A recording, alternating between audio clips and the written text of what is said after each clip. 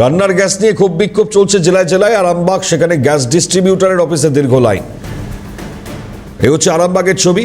মানে কার্যত প্রত্যেকটি জায়গাতেই একই ছবি সামনে আসছে।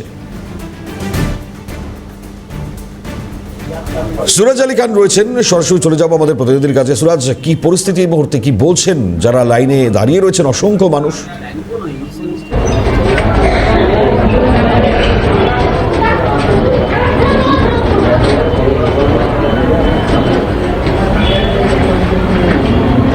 দেখো, পরিস্থিতি যেটা হচ্ছে, গ্যাস সংকট শুরু হয়েছে মধ্যপ্রাচ্যে, যে যুদ্ধের দামামা বাজার সঙ্গে সঙ্গেই এখানে কিন্তু গ্যাস সংকট দেখা দিচ্ছে এবং গ্যাস সংকটের জেরে দীর্ঘ লাইন আরামবাগ সহ জেলায় জেলায়। এবং এখন দেখা যাচ্ছে আমরা দাঁড়িয়ে আছি একদম আরামবাগ গৌরহাটি মোড়ের গণপতি গ্যাস সার্ভিসে। আমি একটু ছবিটা দেখানোর চেষ্টা করছি।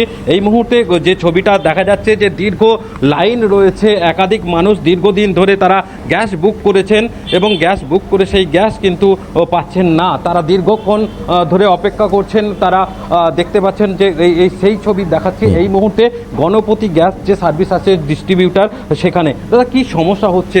দীর্ঘ লাইন ধরে গ্যাস পাচ্ছি না, এই তো সমস্যা। কোনো বলছে লিঙ্ক নাই, নাই, গরমে রোজার মাস, লাইন দিয়ে ঘন্টার পর ঘন্টা দাঁড়িয়ে আছি। আমাদের তো গ্যাস পেলেই আমাদের সমস্যা সলভ।